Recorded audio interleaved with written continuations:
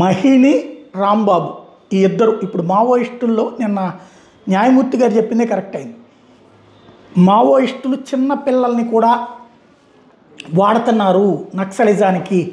ఆయుధాలు చిన్నప్పటి నుంచి వాళ్ళకిచ్చి విద్యార్థి అంటే బాల్య దశలో 12-13 ఏళ్ళప్పటి నుంచినే వాళ్ళని తీసుకెళ్ళి తీవ్రవాదులుగా మారుస్తున్నారు. ఆయుధాలతో ప్రాణాలు తీసే ఇది నేర్పుతున్నారు. ఇది చాలా కీలకమైన నేరం. మావోయిస్టులందరి మీద యావజ్జీవ కారాగార శిక్ష వేయదగ్గ నేరం.